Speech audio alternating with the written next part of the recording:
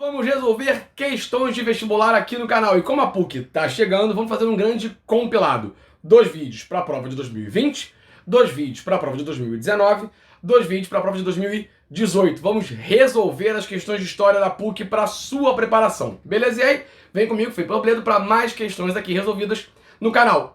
E se puder, se inscreve, compartilha, ativa o sininho, aquele papo de sempre. Beleza? Então, sem mais demora, vamos embora. Questão 10. O blues é um gênero musical que surgiu nos Estados Unidos da América no século XVII, quando os escravos negros da região sul faziam canções relacionadas à sua fé religiosa, spirituals, durante o trabalho nas plantações de algodão. O conceito de blues só se tornou conhecido depois do término da Guerra Civil Americana, período em que passou a representar a essência do espírito da população afro-americana. Fazendo uma analogia com a cultura brasileira, que gênero musical tem também como origem a fé religiosa de trabalhadores marginalizados? Beleza aí? Vamos lá. Primeira questão básica, o que a PUC quer? Tá aqui, né? Fazendo uma analogia com a cultura, beleza, brasileira, que gênero musical tem também como origem a fé religiosa de trabalhadores marginalizados? E aí a opção é frevo, sertanejo, forró ou samba. E aí, questão tranquilaça para você, olha só. Vamos imaginar que, quando você fala ali fé religiosa e trabalhadores marginalizados, eu estou falando basicamente de uma questão musical, muito mais do que musical, uma grande cultura, que vai surgir, na verdade, ali na Bahia, na figura de escravizados, de escravos que vão, na verdade, misturar ali lamentos da sua cultura com batuques africanos e indianos. Estou falando de escravos africanos. Vai ser muito forte na Bahia, porém é aqui no Rio de Janeiro que esse ritmo vai bombar. Porém, muito mal visto pelos senhores de escravos do século XIX, muito mal vistos no início da Primeira República no Brasil. Tanto que era proibido se tocar esse ritmo musical, tanto que você considerava quase como um crime de vadiagem aqueles que curtiam esse tal desse ritmo musical. E aí pensei em escravos, negros, africanos, batuques, ritmos, Bahia, mas principalmente Rio de Janeiro, é claro, lógico e evidente que eu estou falando do samba. Ou seja, vamos de letra D de dado.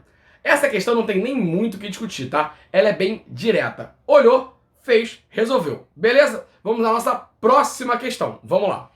Questão 11, então, olha só. Eu tô te mandando aqui uma figura, certo? 7ª armas do Estado do Brasil. Brasão do Estado do Brasil, original do Arquivo Nacional da Torre do Tombo em Lisboa. E aí, vamos lá.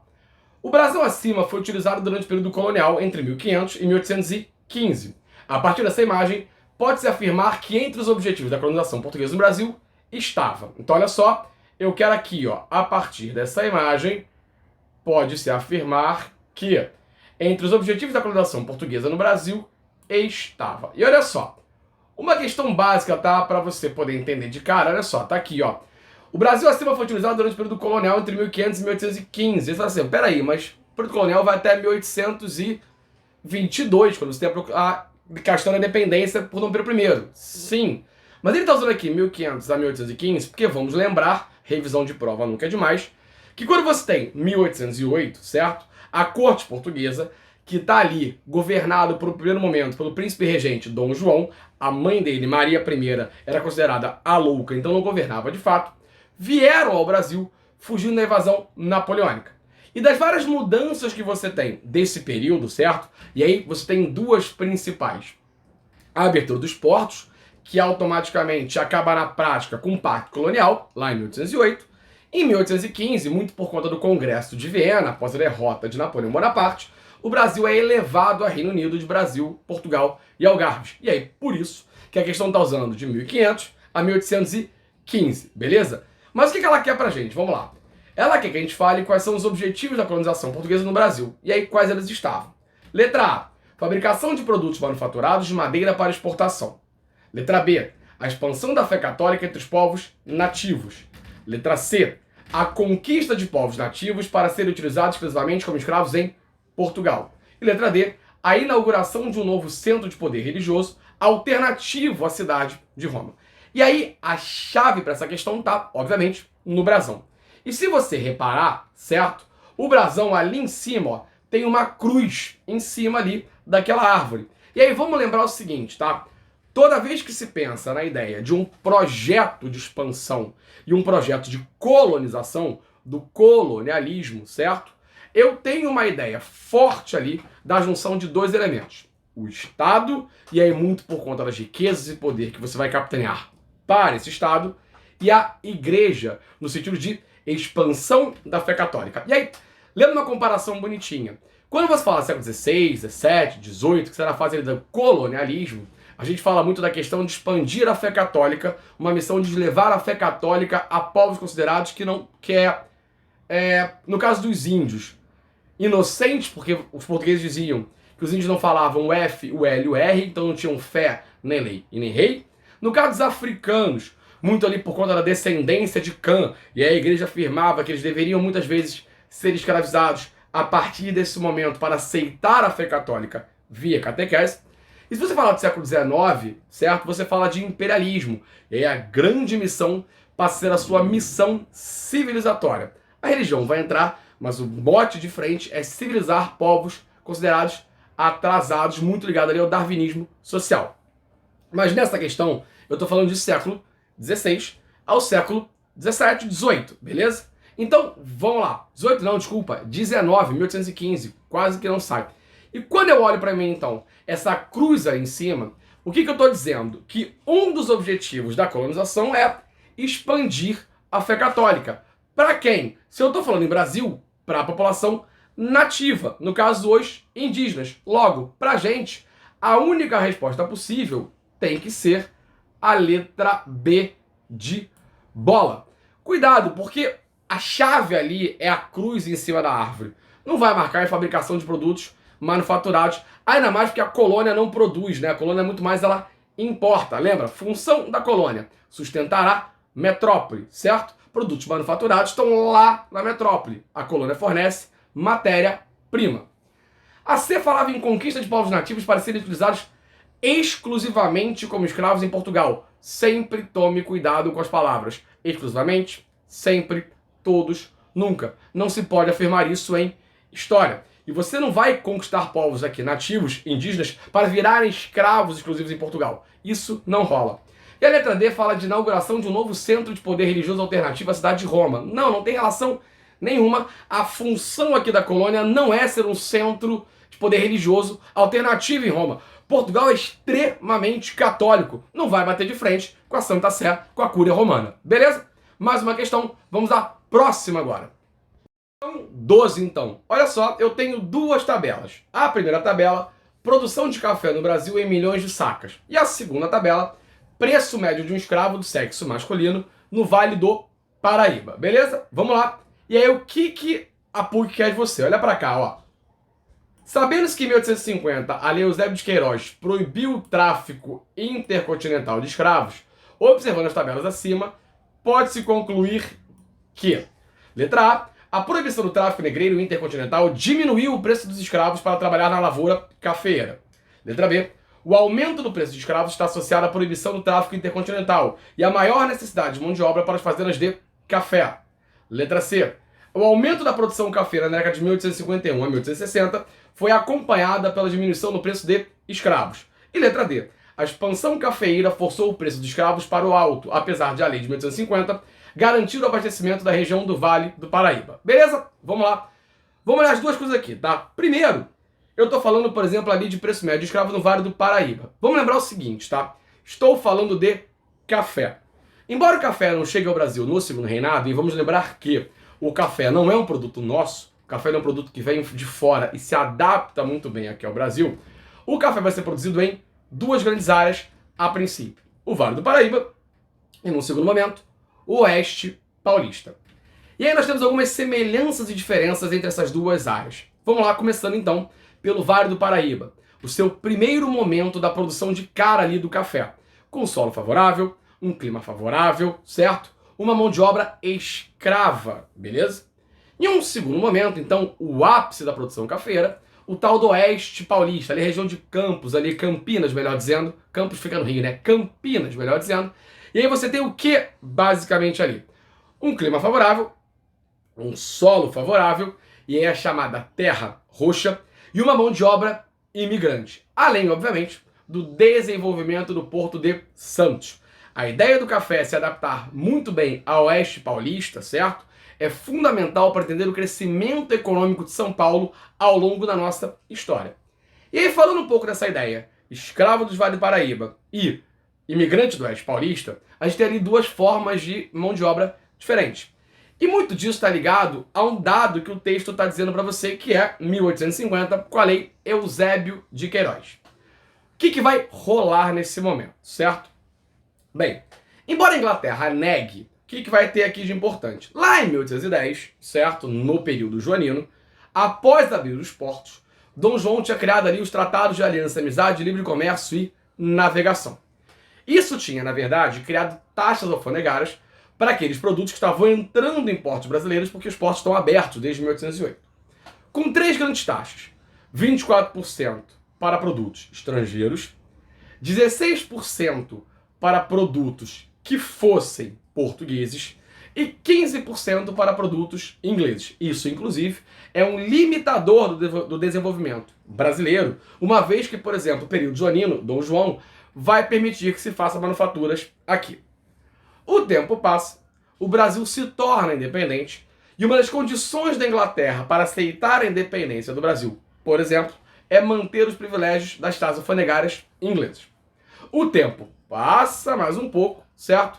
Em 1844, nós temos a ideia da chamada Tarifa Alves Branco, que vai recalcular esses valores, agora dividido em dois: 30% para produtos com similares no Brasil e 60% para produtos sem similares no Brasil. Embora a Inglaterra negue, vamos combinar que a Inglaterra vem fazendo uma pressão pelo fim da escravidão há um bom tempo. Em 1845, a Inglaterra decreta o chamado Bill Aberdeen, o que na prática ela se coloca como poder de polícia proibindo o tráfico no Atlântico. Se ela pegar o navio negreiro, ela vai confiscar o navio, pegar o navio para ela, pegar a carga de escravos e devolver para a África. Isso já gera um certo problema na ideia do comércio atlântico ali de escravos. Em 1850, finalmente, acontece essa lei que está dizendo aí a questão, a Lei Eusébio de Queiroz. O governo brasileiro proíbe, então, o tráfico intercontinental de escravos para cá. Você pode continuar vendendo de boa o escravo se você estiver no Nordeste, para o Sudeste, Sudeste para o Sul, isso não tem problema. Mas você não pode entrar com escravos vindo da África em portos nacionais. Beleza? E aí, vamos lá. Vamos olhar para a tabela, porque ele quer o que você pode concluir com a tabela. Se você olhar, tá? Eu tenho, obviamente, ali claramente para mim, um aumento da produção de café. Mas se você olhar ao mesmo tempo, eu também tenho ali um aumento enorme a partir de 1855 do preço do escravo em R$1.000. E aí, vamos lá, é um comércio, é o tráfico negreiro, lei da oferta e da procura. Então, vamos às opções. Olha só, a letra A fala que a proibição do tráfico negreiro intercontinental diminuiu o preço dos escravos para trabalhar na agrocafeira. É só você olhar para o gráfico. Em 35 custava 375, 45, 384, beleza? Aí ele diminuiu, porém em 55 ele já está em 1075, em 65, 972, em 75, 1256. Então você tem uma alta, embora você tenha uma queda ali de 55 para 65, você volta a ter uma alta de 65 para 75. Então a A não pode ser. A letra B fala que o aumento do preço de escravos está associado à proibição do tráfico intercontinental e a maior necessidade de mão de obra para as fazendas de café. E aí é essa a resposta, porque olha só, de 45 para 55, nesse meio aqui, vamos supor que essa linha azul aqui, eu tenho 50, onde eu proíbo o tráfico intercontinental. E o preço dispara, certo? De 385 para 1075, ele basicamente triplica o preço. Logo, obviamente, para a gente tem que ser aqui a letra B de bola. Porque olha só, vamos lá. A letra C falaria para você de aumento da produção de café na década de 1851 e 1860, foi acompanhada pela diminuição do preço de escravos, certo? E olha só, de 51 até 60, tá? Eu não tenho, porque aqui 50, 51, 52 eu tenho esse aumento, beleza? E aí você vai falar, mas 65 diminuiu. Sim, mas de 51 aqui, de 46 até 55, e até você ter essa fase aqui, ó, que é a fase de um grande aumento. Então eu não posso dizer que você diminuiu o preço do escravo, certo? E aí você também não tem esse aumento da produção. Aumenta a produção, mas isso não tem relação com a diminuição. A diminuição está relacionada à questão da proibição do tráfico. Menos escravo podendo entrar, o preço fica mais alto, óbvio. E a letra D fala que a expansão cafeira forçou o preço dos escravos para o alto, apesar da lei de 1850 garantir o abastecimento da região do Vale do Paraíba. A lei proíbe o tráfico intercontinental, então ela não favorece, beleza? Questãozinha feita. Ah, lembrando, tá? Quais são as leis que você tem em relação à escravidão? Lá em 1831 você tinha tentado proibir o tráfico negreiro, mas não tinha pena, então o pessoal traficava de boa. É a chamada Lei para Inglês Ver. Depois temos Eusébio de Queiroz, Ventre Livre, Sexagenário e finalmente em 1888 a Lei Áurea. Beleza? Mais uma questão feita aqui no canal e vamos à próxima questão agora. Questão 13, olha só. Durante a Primeira República, 1889 a 1930, o Brasil era conhecido como cemitério dos estrangeiros. Em especial, por causa dos grandes surtos de febre amarela que atingiam não apenas estrangeiros, mas muito nacionais. Para enfrentar essa situação, a capital federal, o governo do prefeito Pereira Passos apostou em um conjunto de reformas urbanas que incluíam ações como: letra A, o bota abaixo a vacinação obrigatória, instituída por Oswaldo Cruz; B, a proibição de reformar os imóveis coloniais e da entrada de estrangeiros; C, a abertura de grandes avenidas e a construção de postos de saúde; e D, a demolição dos arranha-céus e aterramento das lagoas da Zona Sul. Beleza? Vamos lá. A questão fala pra gente aqui da Primeira República, que ele tá dizendo aqui pra gente, então, de 1889 a 1930. E ele tá falando exatamente da questão sanitária, os grandes surtos de febre amarela, certo? Além da varíola, por exemplo, e a própria peste bubônica. Isso faz, então, vamos lembrar que o Rio de Janeiro é capital federal, e aí você tem aqui o prefeito Pereira Passos e as suas reformas, conhecidas como Reforma Pereira Passos. E a ideia passava muito na lógica ali da gente fazer o Rio de Janeiro virar meio que uma Paris tropical. E aí isso vai ter, na verdade, duas medidas, tá? A primeira medida, para você tentar ali resolver um pouco algumas questões, é você alargar as avenidas, alargar as vias que você tem. Por exemplo, é nessa fase que você vai construir a chamada Avenida Central, que vai juntar ali, basicamente, a região onde hoje você tem ali, próximo da Candelária, Cinelândia, até ali a ideia de você chegar ao que hoje seria ali a Praia de Botafogo, Glória, certo? Então você vai juntar todo esse processo, esse alargamento das vias, formando a chamada Avenida Central, hoje conhecido como Avenida Rio Branco, tudo bem? Só que qual é o grande problema? No meio desse caminho, você tem uma série de cortiços, que também são chamados de cabeça de porco. A habitação ali que você tira uma galera que morava e trabalhava ali dentro desse centro urbano. E aí você tem toda sorte de atores sociais dentro desses cortiços. E aí qual é a grande lógica do Pereira Passos? Vamos derrubar os cortiços, certo? E aí aquele caminho ali, entre Praça Mauá, que é onde você vai começar a Avenida Central, hoje Rio Branco, até a parte ali de Botafogo e outras áreas aqui do centro do Rio de Janeiro, o centro comercial ali, né, perto da Praça 15, você vai sair derrubando cortiço em cima do cortiço, o que automaticamente vai desfavorecer toda aquela população que mora nos cortiços, que passa a ter dois caminhos. Ou eles vão se distanciar desse centro de trabalho aqui no Rio de Janeiro, ou vão começar a aumentar a ideia de subir o morro. Eu vou aumentar o processo de favelização, que tinha como origem, na verdade, lá a Guerra de Canudos, lá em 1893 a 97. Tudo bem? Beleza. Esse é um lado. Agora, para resolver a questão sanitária, o que você tem? Você tem dois projetos bonitinhos.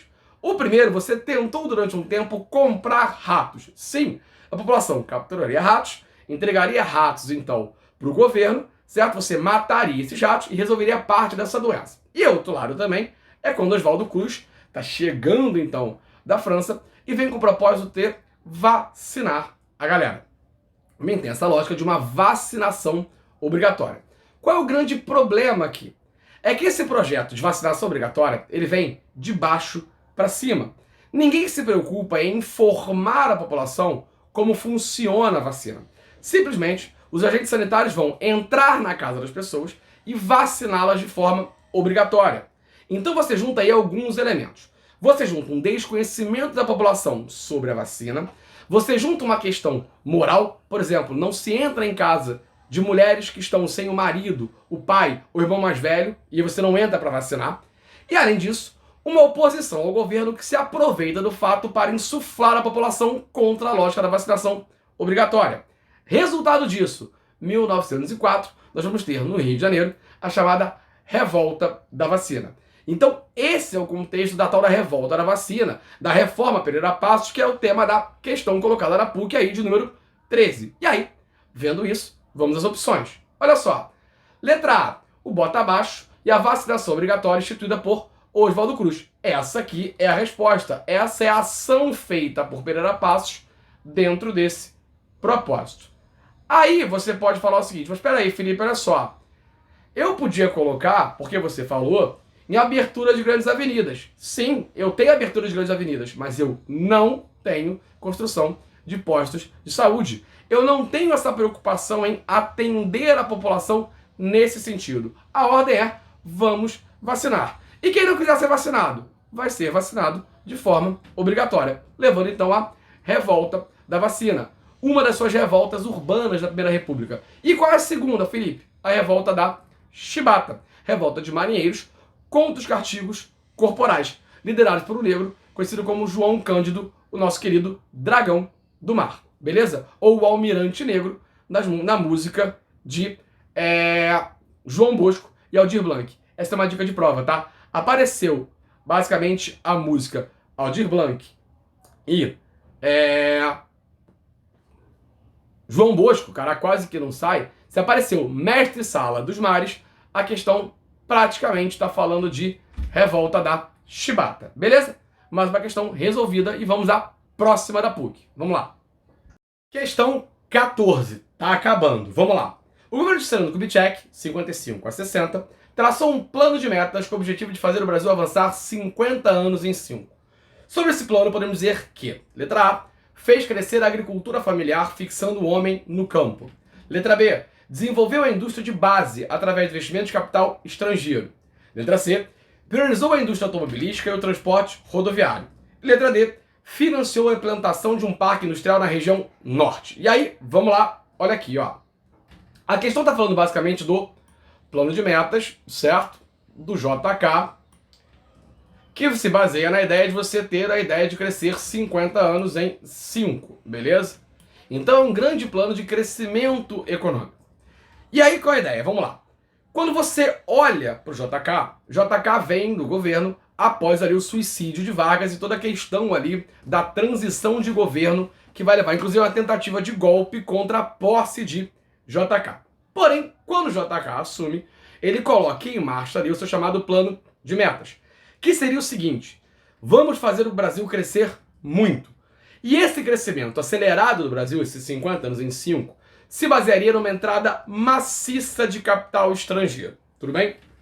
E aí, grande parte dessas multinacionais que entrariam no Brasil, esse capital estrangeiro, estaria ligado ao grande projeto do JK, que é a indústria automobilística. Sim, eu vou começar a ter automóveis sendo fabricados aqui no Brasil para a alegria de uma classe média que vai poder andar de carro. Essa é a ideia básica que você tem desse plano de metas, desse desenvolvimento a partir de um capital estrangeiro. Isso é importante, porque olha só, vamos entender o seguinte, tá? Pode aparecer na sua prova, muitas vezes, uma comparação entre modelos econômicos. De quem? De Vargas, de 51 a 54, e do JK, de 55 a 60. Em que sentido isso pode aparecer na sua prova? Vamos lá. Tanto Vargas quanto JK nessa fase, eu tô falando ali da nossa querida República Liberal Populista, ou Experiência Democrática Brasileira, eles pregam um desenvolvimento do Brasil. Só que Vargas prega esse desenvolvimento principalmente baseado na questão de uma indústria nacional. É a fase varguista, 51 a 54, de grandes projetos como a Petrobras e a Eletrobras. A Petrobras que vai se consolidar, a Eletrobras que vai se consolidar a posteriori. Já o JK pretende o desenvolvimento econômico do Brasil através da entrada de capital estrangeiro. Então presta atenção nisso porque é importante. O que não quer dizer que eu não tenha empresas nacionais desenvolvidas com o JK. Eu tenho Três Marias, eu tenho Furnas, mas o grande projeto econômico do JK prioriza o capital estrangeiro. E das indústrias principais, a indústria automobilística, certo? No que diz respeito, por exemplo, à questão social, é uma fase de grande euforia no Brasil como por exemplo a vitória na Copa do Mundo de 58, que vai ter ali uma grande fase ali de uma grande comemoração por apagar o dia mais triste da história do Brasil, até então que tinha sido a derrota em 50 aqui no Maracanã. Isso, no entanto, vai levar ao endividamento externo do Brasil, que a galera não tá nem se ligando. JK é o presidente de Bossa Nova. É tanta coisa acontecendo que deixa quieto o endividamento externo, certo? Não à toa, JK vem com a grande medida dele econômica, o rompimento com o FMI. Não vou pagar essa dívida absurda que está me cobrando. Quem vai pagar o pato é o pobre do Jânio Quadros, que vem depois. E a grande obra de JK, a nova capital brasileira, Brasília. Sobre qual argumento? A defesa da capital, tirar do litoral e levar para o interior, defendendo de possíveis ataques estrangeiros. A integração territorial, Brasília, no meio do Brasil, estaria equidistante das principais áreas do Brasil. E aquilo que ele esquece de dizer, e é fundamental, você diminuir a oposição ao governo. É só lembrar que em 54 a comoção nacional que foi a questão pós-suicídio de Vargas, impedindo inclusive o golpe pensado para 54 e adiado para 1964. Mas a questão está falando sobre o que o plano de metas, certo, pode ser dito a partir de então. A letra A fala em crescer a agricultura familiar. Não, tá? É uma preocupação muito mais urbana. A preocupação de plano de metas não é a questão de você colocar ali, fixar o homem no campo. Nada a ver com isso. Desenvolveu a indústria de base através de investimento de capital estrangeiro. Cuidado com essa. Porque embora eu tenha investimento de capital estrangeiro, certo? Quem vai se preocupar muito em desenvolver a indústria de base pesadamente tinha sido Vargas, por exemplo, de 37 a 45 no Estado Novo. CSN, Vale do Rio Doce. Lembra desse papo? Inclusive é o que vai levar o Brasil a entrar na Segunda Guerra Mundial do lado dos aliados. A desculpa vai ser o torpedeamento do navio brasileiro por submarinos alemães. Mas você tem ali, como quem não quer nada, o investimento norte-americano, a chegada ao Brasil de Roosevelt, Walt Disney, Zé Carioca e a grana para você construir a CSN e a Vale do Rio Doce. Indústria de base, que é a indústria pesada, está muito caracterizada ali no Estado Novo de Vargas, certo? E muito menos em JK. Pelo menos não pesadamente como seu desenvolvimento a partir do capital estrangeiro. O capital estrangeiro com JK não é para a indústria de base. A letra C fala em priorizou a indústria automobilística e o transporte rodoviário. Tá aqui, óbvio. Se eu estou trazendo multinacional para fazer automóvel, se eu estou dando terreno aplainado, se eu estou dando vantagens fiscais, eu tenho que ter um automóvel e principalmente eu tenho que ter estradas para que esse automóvel possa rodar. Então eu vou sair fazendo estrada para tudo que é lado. E a letra D fala de financiar a implantação de um parque industrial da região norte. Também não tem nenhuma relação com o plano de metas, beleza? E agora vamos à última questão desse vídeo, a questão de número 15. Vamos embora. Última questão da lista, a questão número 15 do vídeo de hoje. Amanhã saem as questões 16, 17, 18, 19 e 20. Vamos lá.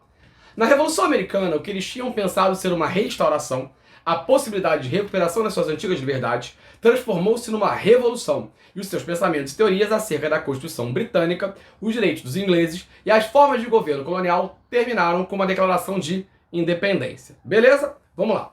E aí o que a PUC quer da gente? Aqui, ó. A partir da leitura do trecho acima sobre a independência dos Estados Unidos em 1776, pode-se afirmar que, letra A, as colônias inglesas tinham garantido pela Constituição Britânica o direito de se rebelar. Os ingleses reforçaram o monopólio comercial existente desde o início da colonização com as colônias do Norte. Letra C, a independência resultou no confronto entre as colônias do Norte e as colônias do Sul, pela manutenção da organização social escravista. E a letra D, o processo de ruptura se iniciou com a reação dos colonos contra as mudanças da política colonial inglesa após a Guerra dos 7 Anos. Beleza? Vamos lá. Se eu estou falando então de Revolução Americana, certo? Para os americanos uma revolução, eu estou falando então da independência. E aí, para matar essa questão, vamos lembrar um pouquinho de como é que se dá o processo de independência dos Estados Unidos. Começando pelo primeiro fato que é bem simples, olha só. A própria colonização das chamadas 13 colônias. Lembra que a gente tem basicamente dois modelos antagônicos ali. Uma parte centro-norte, muito relacionada a pequenas e médias propriedades, uma mão de obra livre, certo? E uma parte sul, muito ligada à estrutura clássica de plantation, latifúndio, monocultor, mercado externo, mão de obra escrava. Então você vai desenvolver dois elementos. E aí, na verdade, isso passa muito por uma ideia de algo conhecido como negligência salutar. O que é isso?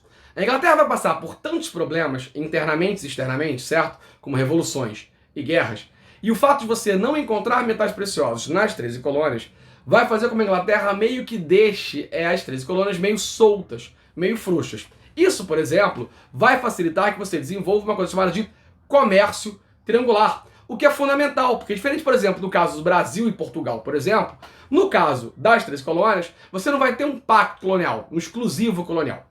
Então tudo vai caminhando nesse sentido até a chamada Guerra dos 7 Anos, certo? Entre 1756 e 1763, que vai pegar várias áreas ali, envolver algumas regiões. Inglaterra, França, certo? Principalmente Inglaterra e França. A própria Espanha e a Holanda vão participar em alguns confrontos, em alguns momentos.